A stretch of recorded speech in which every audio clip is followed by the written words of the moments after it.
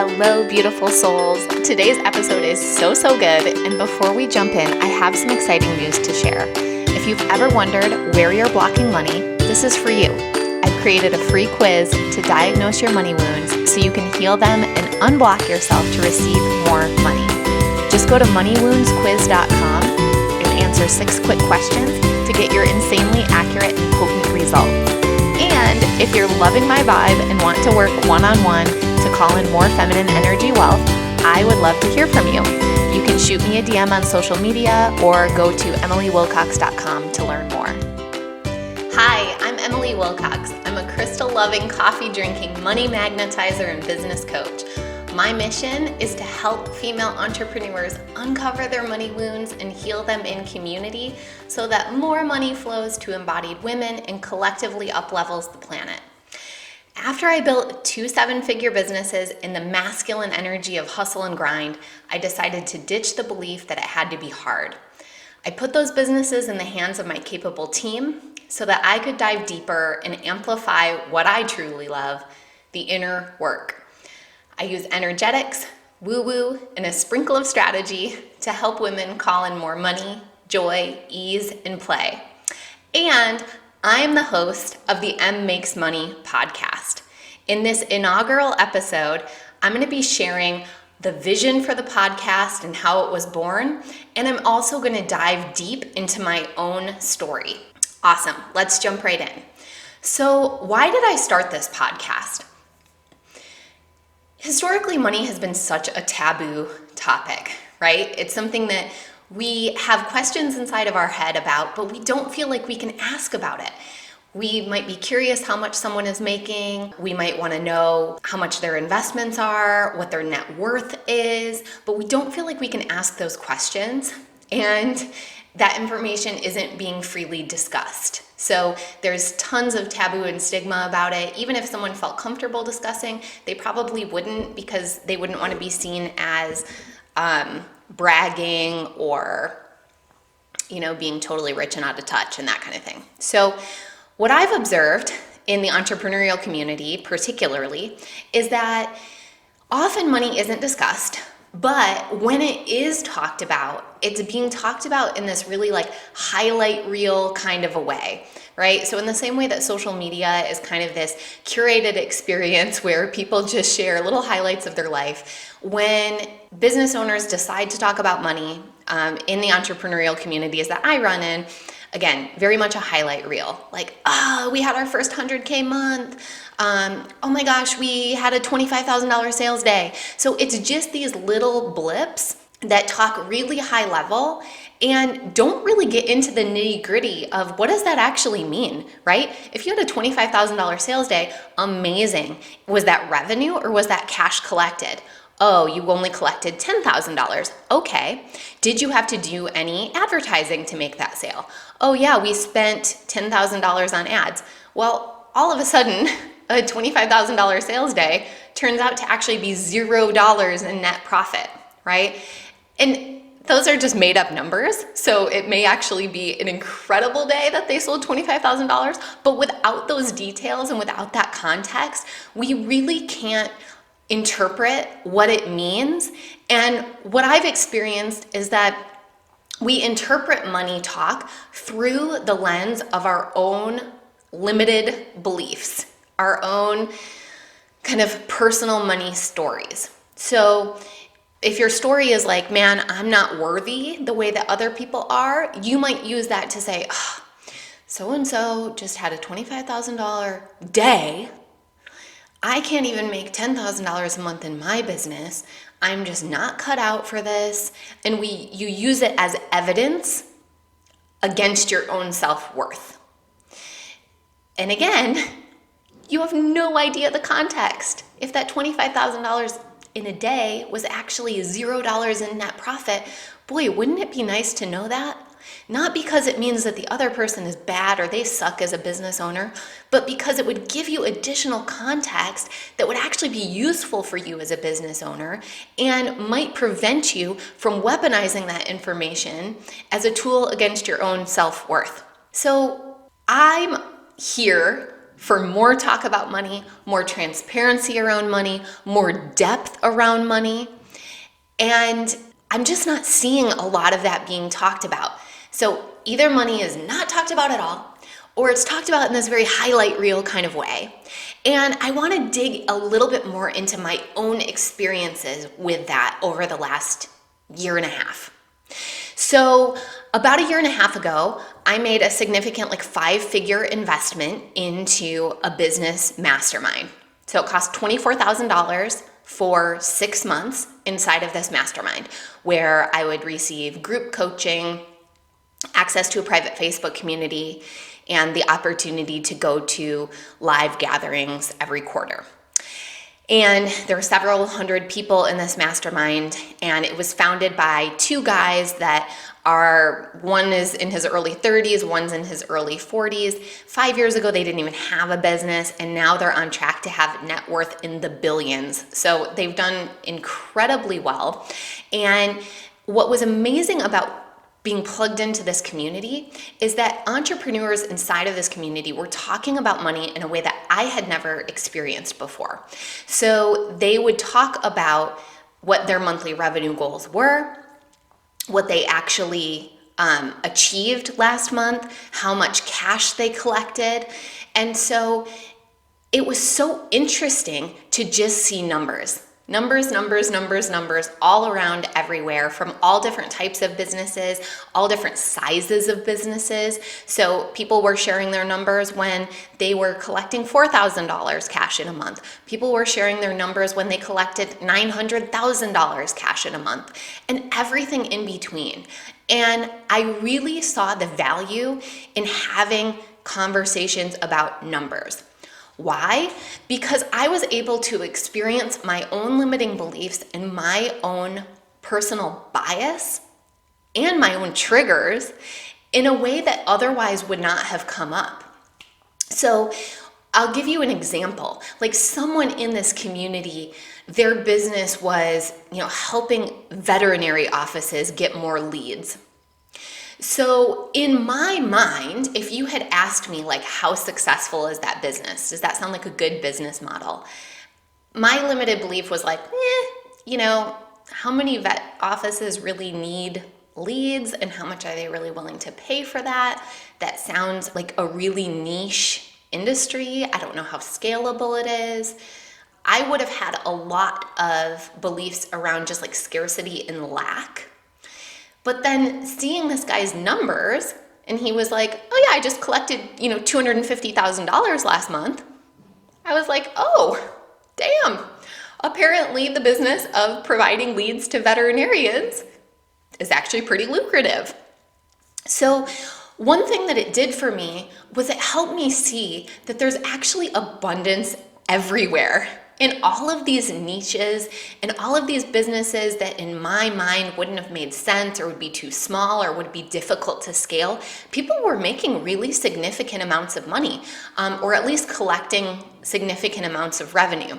So that really opened my eyes to the places where I was adding on my own personal bias and considering them to be limited or scarce when that wasn't at all the case. At the same time, I joined a very intimate women's mastermind, and that was a $20,000 investment for the year. So if you can't already tell, I was really doing a lot of pretty significant investing in my own inner work and my own personal growth. The reason I was doing that is because I understood that it was really the inner game that was keeping me from having the money that I wanted to make, the impact that I wanted to make, and really the lifestyle that I wanted to have.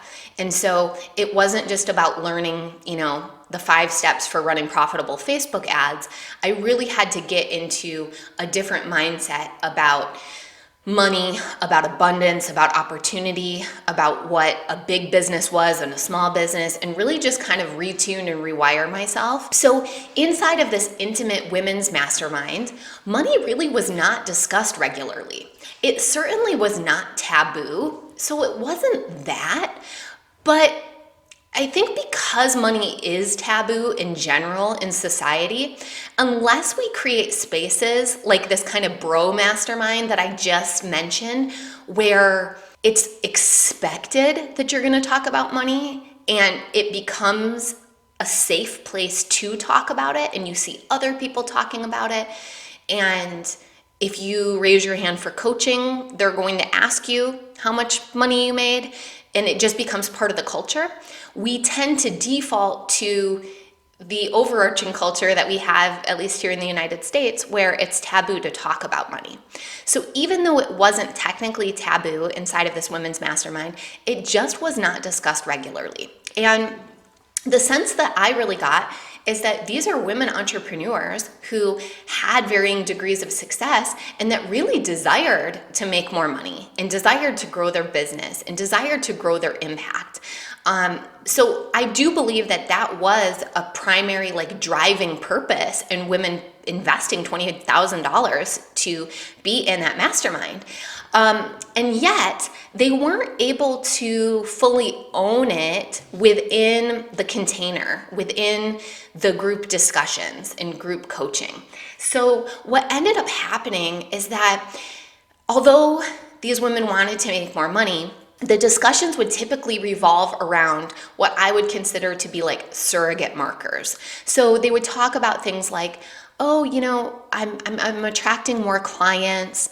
I'm feeling more embodied in my business. I'm feeling aligned. Business is feeling easier. There's less resistance. And by the way, all of these are really good things. So there is zero judgment about that, right? We want alignment, we want joy, we want ease, we want to attract clients. All of that is wonderful. But why do we want that? And can we allow money to be part of that discussion, right? So what I'm not suggesting that money be the beginning, the middle, and the end of every conversation. Not at all. But if money is at the core of something and we're dancing around it, so if we really deeply desire to say, man, I would love to put an extra $10,000 in my pocket this month, that would really make a difference. That would feel so wonderful. If that's how we're truly feeling, but we don't feel like we can express it, what are the chances of it actually happening? Because I really believe that part of what we need to do is own our desires so that we can get in alignment with the universe who will be delivering on those desires. So talking about the surrogate markers is wonderful, but can we also create space to talk about money? And own that and not feel guilty about that or not make that mean something negative about us. Because I think often the reason that we're not talking about the money is because we still have some shame, we still have some guilt, we still have some unprocessed limiting beliefs and self-sabotaging stories around what it means to desire money. And until we reconcile those, we will be capping ourselves. We'll be capping our earning potential and we'll be capping our impact because we have that internal resistance and that push-pull of, I want money, but I don't want to talk about it. I want money, but I don't want to say I want money. And that sends really mixed messages to the universe. So I'm here to change that. I'm really here to change that. That is my deepest desire with this podcast, is that we can blend these two energies and we can hold space for conversations around money with radical transparency. We can expose our money wounds and our money triggers and our self-limiting beliefs around money. We can heal them in community, and we can create space for the divine feminine in these conversations around money as well. So I'll get into that more in a minute, but I just want to share in talking about the vision for this podcast, also just how it was inspired. So I talked a little bit about what my experience is with talking or not talking about money. And, I had never had the idea of starting a podcast, although I've been guests on many podcasts before. And one morning, the thought was put into my brain. And I use those words very intentionally because it really felt like spirit, God, universe putting that thought in, and it felt foreign as I was thinking it and experiencing it. And in that moment, I remember feeling like, I think a seed just got planted. Isn't that interesting?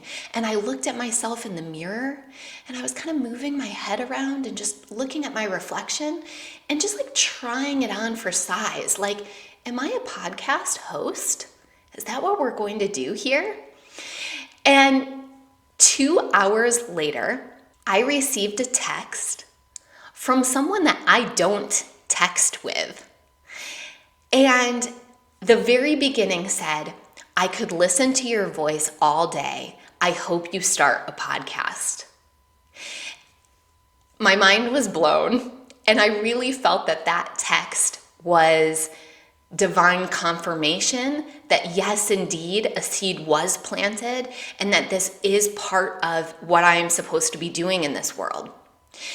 As I began having some tender little first conversations with some women entrepreneurs that I feel very close to and whose opinion I value, I just got the most resounding yeses. These women were like, we need this. This is not happening. We don't hear anything like this. We don't see anything like this. Yes, please. And so that was further confirmation, and the energy inside me started very rapidly building, which told me that this was not a seed that might harvest in 18 months. This was something that we were going to move quickly on because the energy was here, and this is what the world needs. So because a big part of this podcast is going to be talking very openly about money, not just top line revenue, but also cash collected, about profit margins, about how much you're actually paying yourself, not just what your business is collecting. What are your money wounds? What are you making your salary mean about you? What are some goals that you have for your next level of income? How are you creating space for the divine feminine energy and for magic and miracles to come through those manifestations of money? Because I'm creating space for all of that, energetically, I felt as though I needed to go first. It felt out of integrity for me to bring on a guest and ask them to share how much they're making, how much they pay themselves, what are their profit margins, to sort of open the kimono, so to speak, if I hadn't gone first, right? So this next part is going to be just kind of a deep dive into like who I am, specifically through the lens of money, because I really want to share my money story and how the way that I was raised and some of the first jobs that I have really played into the belief system that I created around money. So I grew up in a very rural town in Southwest Michigan. It was very blue collar and, very working class. We were middle class. And so compared to, I guess, kind of the average in our small town, my family did okay financially. However, the way that I experienced money in my household growing up is that money was the root of all disagreements. There was really a lot of conflict around money. Typically, when my parents would argue, it was about money. And so I definitely developed as a child this sort of core belief that money causes disagreements, money causes friction, money causes arguments. And so when you think about that, as long as you have that as a belief, right, that money causes arguments, even though my conscious mind might desire more money, my subconscious mind is going to say, hold on, let's pump the brakes, because if you get more money, that means you're going to have more arguments, more disagreements, more conflict in your life. It might drive a wedge between you and the people that you love. Ugh, we don't want to do that, right? So growing up in my household, my interpretation was that money was the root of all disagreements. And the way that I've sort of analyzed it now with an adult brain is that there was definitely some generational trauma around that. So My grandparents lived through the Great Depression, and at least on my dad's side of the family, that idea of being frugal and being very careful with money and resources was something that they kept with them even after the Great Depression. And so there used to be jokes in the family about when you'd go over to Grandma and Grandpa's house for dinner because they would not really serve the right quantity of food. And that really just came from their conditioning around the scarcity of resources. And I think my dad really felt that. And because that was the household that he grew up in, these are my interpretations, of course, but I think his coping mechanism was to, be controlling about money, to, really keep a watchful eye on it, make sure that he was in charge, that he knew what was going on with money. And that he was making the decisions around what was being spent and what wasn't being spent. So my mom, the way that money was perceived in her household growing up is that her father, I think, tended to be a pretty controlling figure in general. They did pretty well financially, so I think in some respects there was some free flowing of money. But also my mom's mother, my grandmother, used money in shopping and gifts as a way to show love and affection to her kids. And so there was these different money stories that came into my parents' relationship. And the way that they manifested in their relationship was that, my dad wanted to be in control of the money, and my mom sort of rebelled against that, and she wanted to, use money for gifting and spoiling her kids. And so there was this real push-pull where the predominant storyline that I interpreted was that my mom is irresponsible with money, that she would just spend it all if she had a chance. And so my dad had to be the one keeping us safe and keeping a roof over our head and making sure that the money was actually being held onto, because otherwise there wasn't going to be enough. So the really interesting thing as you examine your own money story is that you're going to have predominant feelings, and you're going to have like a few memories that sort of play into this overall story and feeling. I don't know that I actually even have all of these facts right.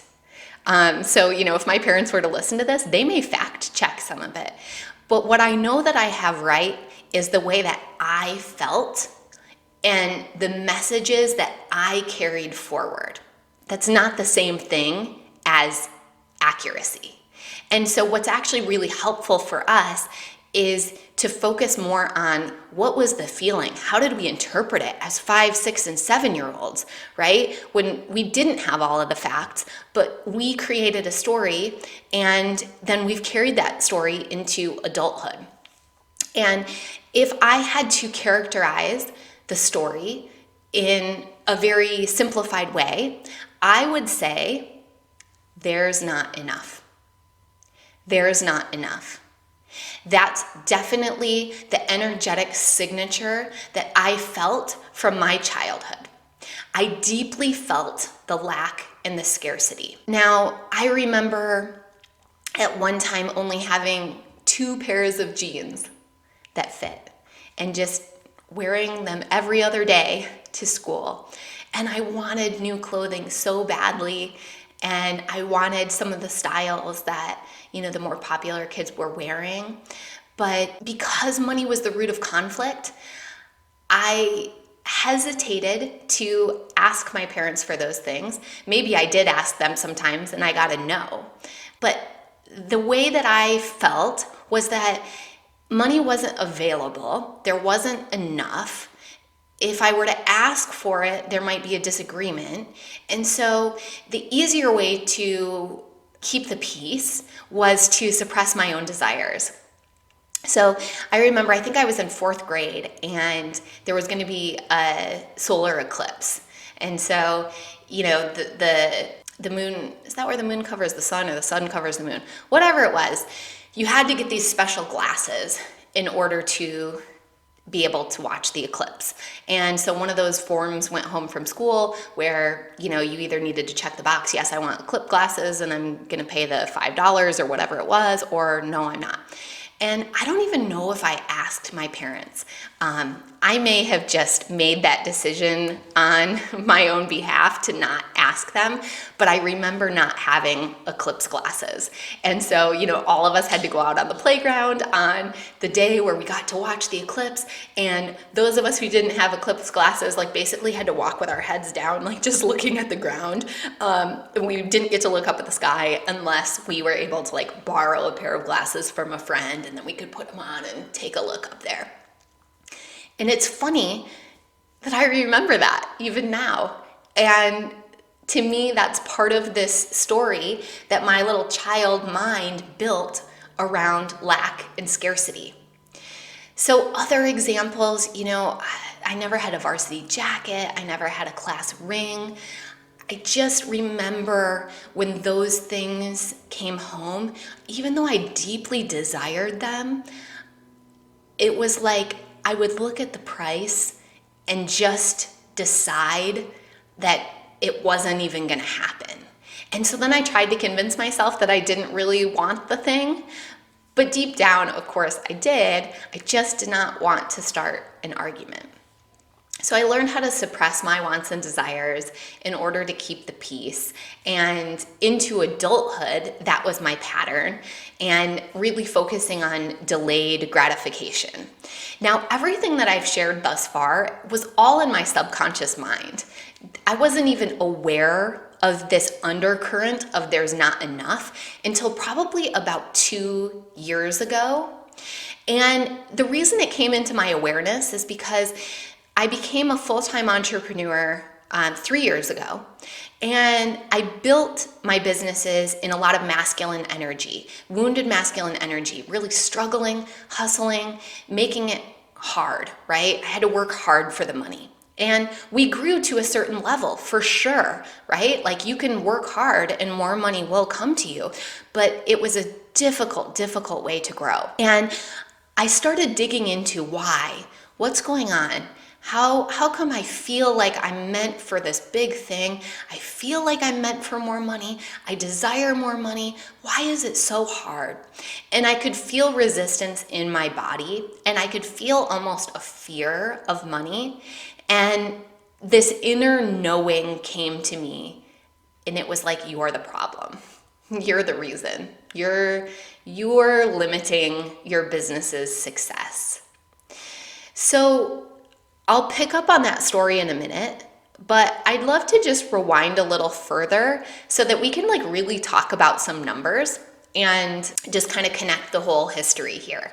So I always worked part-time in high school for extra money.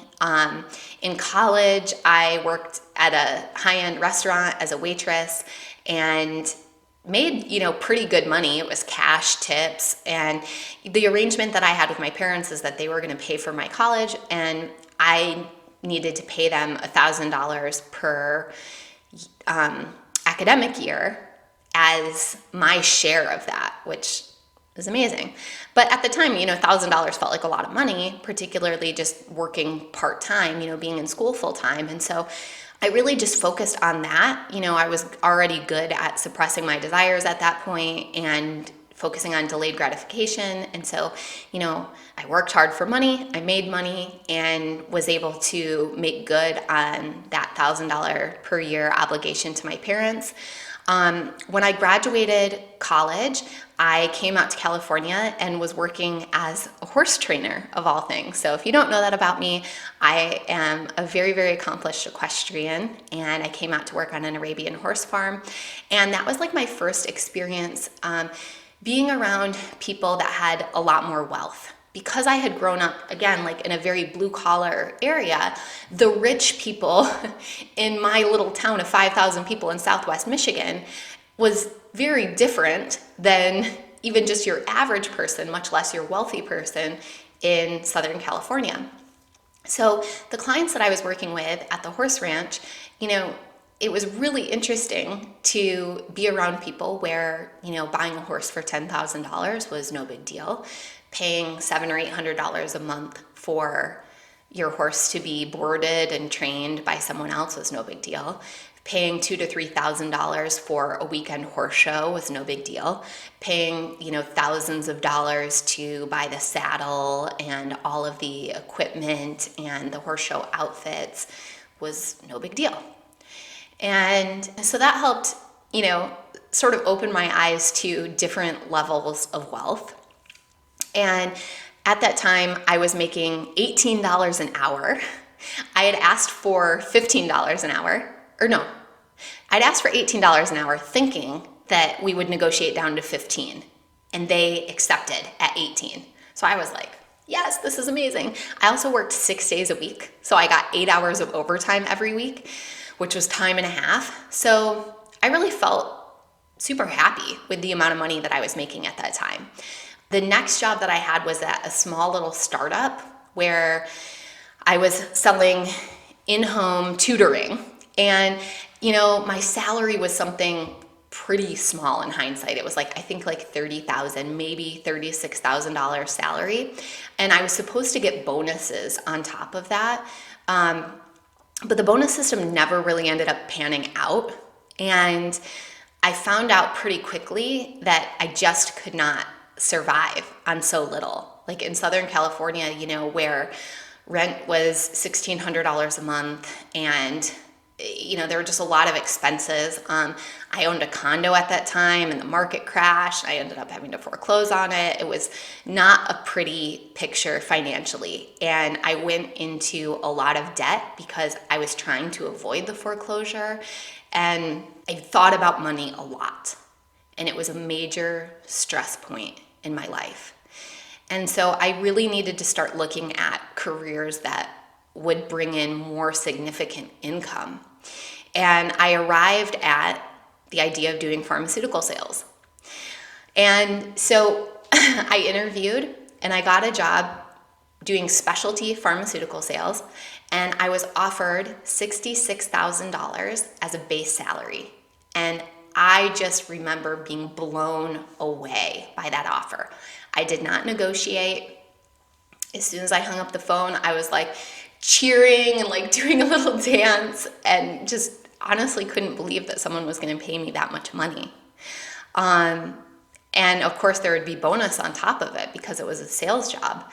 So when I was at that little startup and I was very stressed about money, I remember writing on a Post-it note, $100,000 a year, $100,000 a year, $100,000 a year, $100,000 a year.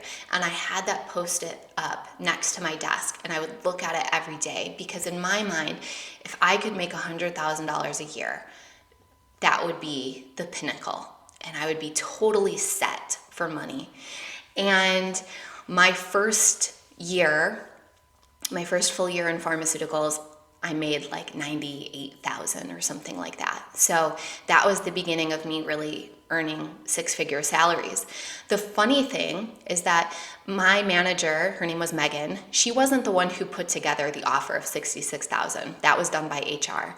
And the first time that she and I sat down and had a performance review and she saw that I was making $66,000, she about lost her mind. She could not believe it. She was insulted on my behalf and was like, we are going to get you raises. This is not okay. I can't believe they offered you such a small amount of money. So it was really, really funny because there was this huge dichotomy between how I felt about the $66,000 and then someone who had a really different money mindset and who understood the industry standards much better, who just felt like that was ridiculously low. So I really had other people advocating on my behalf because I had a pretty, low self-worth around money, or just coming from a really rural area, I just didn't have ideas of the market rate and what a lot of money truly was. So I had a long career in pharmaceutical sales and, I think kind of at the peak, I maybe made about $150,000 a year. And on top of that, we got a company car. We got 401k match. We got even like a defined contribution where they would put like 4% of our salary into a 401k, health insurance, trips and all that kind of stuff. So, maybe all in, if you were to, add the additional value of all that, it was like, $175,000, maybe $200,000 worth of full benefit package. But it was about $150,000 per year in actual gross income on my W-2. So then I went into business for myself as a full-time entrepreneur. And this was about 3 years ago, and it was really driven by motherhood. So I'd always seen myself staying in corporate America. When I was in corporate America, I never thought about money mindset. Like, it just wasn't even a thing, because the way that I looked at it was that my salary was determined by the industry, that I would just get these little raises every year, that I could get promotions every few years, and that I would grow money this very traditional way, right? Like, my salary would slowly increase over time, and I would be contributing in my 401k so that, by the end of my career, I would be able to retire comfortably.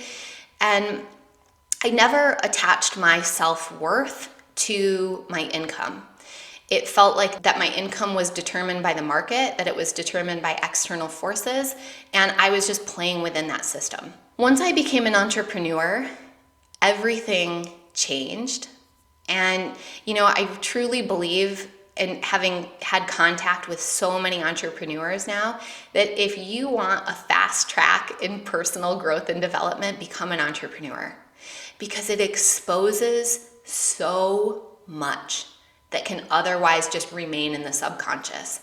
So what happens often when you become an entrepreneur is all of a sudden you attach all of your self-worth to the performance of your business. This is especially true if you are in a service business. So if you are a coach or a consultant where you are the business, you're delivering the service, man, it's really such an easy trap to fall into. And so pretty soon you're getting on sales calls, and if people say no, you feel like they're saying no to you. And you're making that mean something about you, and the way that you're pricing, you're making that mean something about you. Like, oh, can I really charge $1,500 a month? That was what we started when we were starting our Amazon agency. We started charging $1,500 a month. Now we're at like $5,000 a month. So you can see the evolution there. But it's because there was this whole game around worth, right? And what comes easy to us, we tend to undervalue, and we want people to say yes to us. We want people to like us. And so it just all gets tied up in this emotional knot, and it becomes this emotional roller coaster, honestly, where there are high highs and low lows, and it's a really, really difficult ride when your self-worth is on the line. When every sales call is going to mean something about you personally, when every month is over and how much the business made or didn't make means something about you personally, it really starts to wear on you. And when I had that aha moment that I mentioned earlier, where I realized, I kind of asked myself the question, why is this so hard? And the inner knowing came through that it's hard because you have this fear around money. You're the problem. You're capping yourself. I went to a women's business conference, and a woman there was speaking on manifestation, and she offered a free consultation afterwards. And so I got on this 20-minute free consultation Zoom call with her, and she was as I found out later, was an intuitive life coach. So she used her intuitive abilities to just kind of read my energy and speak a lot to me. And she was like, I really get this sense that you're spending too much time in the masculine energy, and you really want to let go of control, but you don't know how to do it. And I just started crying. I was like, yes. And so I hired her, and I told her that I wanted to work with her specifically on money manifestation. Now, that investment was $3,600 for 12 weeks, and that felt like a huge investment in my personal growth at the time. It was definitely the biggest investment that I had made to date. And I actually kind of asked Jeff for permission because I was so used to suppressing my own desires and I felt so unsafe spending money. I had all of this hoarder energy around money that I felt much more comfortable with it than spending it, that I needed him to say yes or no. I just didn't trust myself even though I desired it. And of course, Jeff, who's much more free-flowing with that stuff, was like, yeah, of course, do it. Great. And it's funny because I had all of these judgments about Sabrina for, like, who does she think she is to be charging $3,600? Like, I did the math on how much she was making per session. I think it was, like $200 per session or something. And I just had this whole story around that. And it's hilarious to me now because I look back on that and I'm like, man, $3,600 to change my whole freaking life. It was a pretty good deal. So she just started digging in with me on what was it like to be me as a child? What was my relationship like with my dad? What was my relationship like with my mom? And all of these questions were so interesting to me because I didn't really think there was a lot there, frankly. I grew up in a 2-parent household. I didn't have like what you would consider any capital T traumas. Like I was never sexually abused. There was no divorce. There weren't any loss of close loved ones. But as we started digging into it, like all of this stuff came up because there were all of these beliefs swirling around in my subconscious around like, there's not enough, I feel abandoned, I don't feel safe, I'm on my own. All of these things that I interpreted as, a 4, 5, 6, 7-year-old that I never reconciled. They just lived in my subconscious mind. And so there was a lot of healing to be done. And I really learned with her all of these triggers that I had around money and other things as well. But I'll give you an example of one. So my husband, Jeff, he loves looking at real estate. So he'll just for fun get on Trulia or Zillow or Redfin and look at these, like $2 to $3 million homes. And he loves them because he wants to like visualize and manifest that, we could live in a place like that. So he would then send them to me, like, check out this cool house. And what it triggered for me was there's not enough and I'm on my own. So the way that subconscious wiring worked was, well, there's not enough. How could we ever afford a $2 or $3 million home? And so then I was playing out this same dynamic that my parents had where I felt like the responsible one. I was like playing the role of my dad and I was typecasting Jeff in the role of my mom who was being irresponsible with money and rebellious and would just spend it all and have to be very careful. So the way that my brain interpreted that was, Jeff's irresponsible. He obviously doesn't understand money. He obviously would just spend it all and make very rash financial decisions if left to his own devices. And so therefore, I'm on my own. It's up to me to keep our entire family safe. And I have to be in control of the finances or it's not going to work out. So it felt really heavy, and it also kept me in the masculine energy of needing to have control of it all. Whew. Can you just feel the heaviness in that energy? So the beautiful thing is that when we expose all of these subconscious beliefs, we can reparent our own inner child and we can release what's no longer serving us. So, fast forward 2.5 years, I'm in a completely different place with money where I trust the flow of money, I trust the circulation of money, I can spend it and believe that it will come back to be multiplied. I can receive money from many different sources. I don't believe that I have to work hard for it in the way that I did before. So there are so many ways that my relationship with money has completely changed.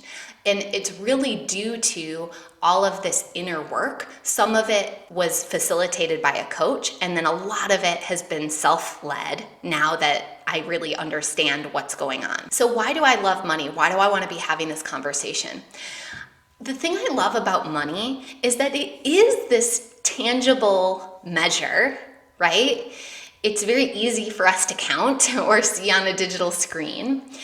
But in my mind, it's honestly a measure of personal growth, particularly for entrepreneurs, because when we want to be an energetic match for more money, the things that we have to do, the inner work, the uncovering of all these subconscious beliefs, the releasing of what no longer serves us, the installation of healthier, more abundant belief systems, the ways that we can step into impact, the ways we can step into our divine feminine energy of receiving, all of these things allow us to become an energetic match for wealth, for lots and lots of money. Not just enough money to get by, but the kind of overflow and abundance that I personally desire and that I know many other people desire as well. So I love money because it's this easy carrot, and in order for us to pursue it, we get to do all of the inner work, which is what I really love. I absolutely love the inner work. I love doing it. I love talking about it. I love facilitating it. I love mentoring my clients through it. And one of my core values, in fact, my number one core value, is freedom. I desire freedom. And when you think about freedom, if I have to check with my money, if I want to do something, and I have to check with my money to see if I can do it, I'm not really free. So the interesting thing about money is that in order to be kind of like almost free of money, beyond money, you have to have a lot of it, right? When you get to the point where you have an overflow of money, then the focus almost isn't so much on money because you don't have to check with it. You can be free to do the things that you want to do, to have the impact that you want to have, and not constantly be checking with your bank account all the time. So I am here for my own self-liberation, and I'm here to take women with me that want to be on their own path of self-liberation. I also firmly believe that we've been in this paradigm where the masculine energy, particularly the wounded masculine energy, has been predominant on the planet. And in order to up-level the planet and for us to really grow and evolve as a species, we need more divine feminine so that ultimately we can come into balance. So let me talk more about divine feminine and masculine energy for just a moment. So the masculine energy, when it's wounded, it has nothing to do with being a man or a woman. Let's just put that out there. It has nothing to do with your actual anatomy. Every man and every woman has both energies available and inside of them. But the wounded masculine energy is very competitive, very forceful. I'm going to just push my way through and make this happen. The divine masculine energy has structure and stability. The divine feminine energy is very flowy, creative, inspired, magical. So if you think about a glass of water, the divine feminine is the water and the divine masculine is the glass. So we need both, right? We need the container, we need the structure, and then we need the free-flowing energy within that as well. So the interesting thing about money is that we often have questions about it, but we don't feel like we can ask those questions because it's so taboo, right? So if we could ask all the questions we would want to know how much money people make, and we would want to know, all kinds of things. How much money is in their bank account, how much they have invested, how much generational wealth have they created, but we don't feel like we can do that. So in my world, we are gonna ask the questions that we secretly have around money. And so I'm going to share with transparency what my world looks like from a money perspective. So we have multiple businesses. I'll start with our e-commerce baby clothing company. That company brings in about $700,000 in gross revenue per year. We've been in business 6 years, so the business has done multi-millions in sales over the years. Our profit margins are around 30%. So obviously, $700,000 in gross does not mean $700,000 flows into our personal bank account, because we have to produce the goods that are being sold. Amazon takes a commission, we pay for advertising, we have all of these expenses that go against that. So our profit margin's about 30%, which means, we would take home a couple $100,000, maybe $250,000 a year from that business. We also run a lot of expenses through our businesses as well. So that's makes the math a little bit harder to just say we earn X. Fayfair the great thing about it is that we don't work hard on it. So we do about 5 hours of work per month. So could it be bigger than 700K a year? Absolutely. Would it require more of our time and focus? Yes. And right now it's just not something that we're interested in. Then we have Elevate, which is our Amazon sales agency. That business is about 2.5 years old. From when we really got our first client, started making money. We did around 800K last year, again in gross revenue. It will for sure be $1 million plus business this year. We've collected multi-millions over the years, but we'll do $1 million in a single calendar year this year. It's been about 4 or 5 months in a row that we've collected over $100,000 cash every month. And actually, we've been over $100,000 in cash collected from the Fayfair business as well. So that's pretty cool. I know for a lot of people that 6-figure month milestone is an important one, and it's really neat that we've been able to hit that in 2 different businesses in the same year. Elevate historically has had pretty low profit margins because we have a big team. We employ, now almost 20 people. And so the margins are about 15%. That's after owner's compensation as well. Most of last year, we paid ourselves $6,000 per month, and that was for Jeff and I both. So it did not feel like a lot of money. And there were definitely times when I made that mean something about me, maybe I'm not a very good entrepreneur, maybe I'm not a very good business owner. What's going on with me? How come I can bring money in, but I can't keep it, etc. And there was a time when I was like, this is silly. If we can't get beyond $6,000 per month, we should just burn down the whole business. We'll just keep 2 clients, service them ourselves, and make more money. But that was actually really a pivotal moment to recommit to the vision, because we really believed in the vision of something so much bigger and being able to help so many other entrepreneurs sell their products on Amazon. And we really believed in the team. It still is incredible to me how many incomes we're responsible for, how many jobs we've created, how many families rely on our business for their income. It's incredible. So towards the end of last year, we were able to give ourselves a raise to $12,000 per month, and that is net. So it's kind of like the equivalent of paying ourselves $20,000 or $30,000 per month and then having taxes taken out, because the business actually sets aside money and pays for our taxes. We also have ownership in a software startup.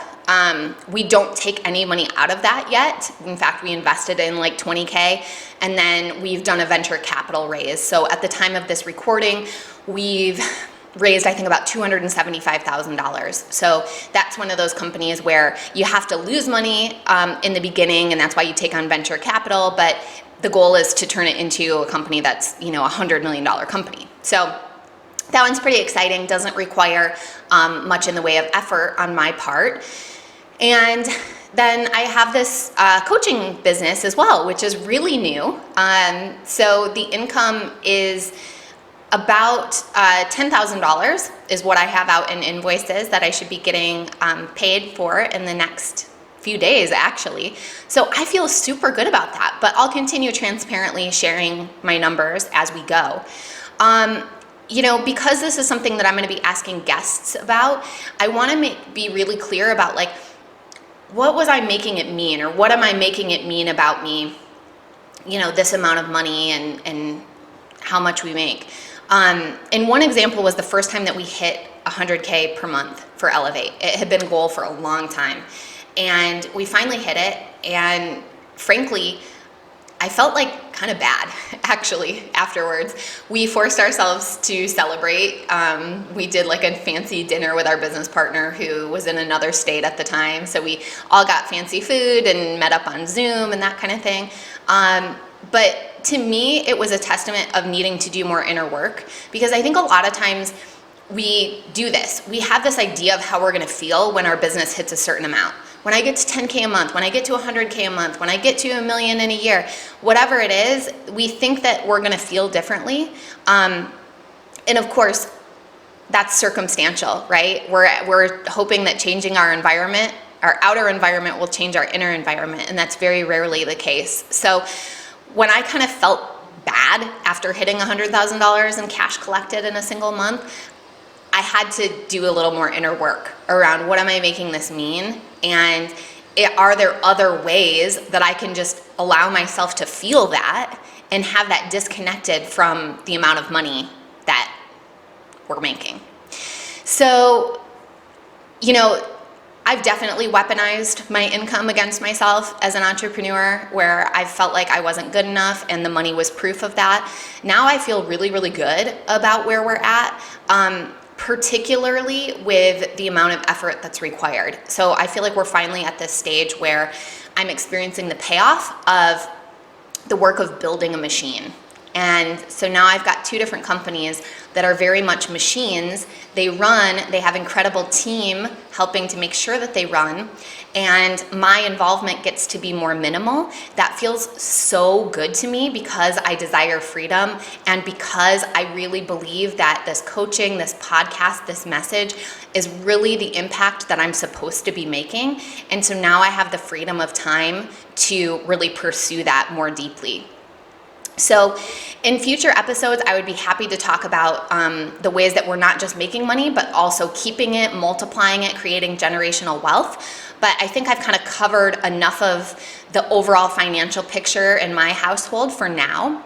So what to expect from the M Makes Money podcast? As I mentioned, I'm going to be holding space for divine feminine energy while we radically talk about money. We're going to be using so much transparency. I'll be asking guests how much they make, but not just top line revenue, also owners' compensation, profit margins, what some of their big goals are, what their limiting beliefs were around money, how they worked through them. So I really believe that by you tuning in, it will expose your own limiting beliefs around money and allow you to heal them more rapidly so that you can quantum leap in your relationship with money and your impact in the world and the income that you're making from your job or your business. So thank you for tuning in. I am wishing you health, happiness, and boatloads of money. Thank you so much for listening to today's show. Changing the way we think, feel, and talk about money will change the world. I truly believe that. It starts with you tuning in, and it spreads when you share this show on Instagram and Facebook and tag me at mmakesmoney. And you know what moves the needle the most? Taking just a minute to leave a 5-star review on iTunes. This show isn't free to produce, so let's multiply those dollars invested to help this show reach a bigger audience each week. Thank you so much for your help. I really appreciate it. And lastly, if you want more connection, more M Makes Money style riffs, and a safe place on the internet to talk about money, jump into my free Facebook group, The Money Club. It's linked in the show notes. Until next time, I'm wishing you health, happiness, and boatloads of money.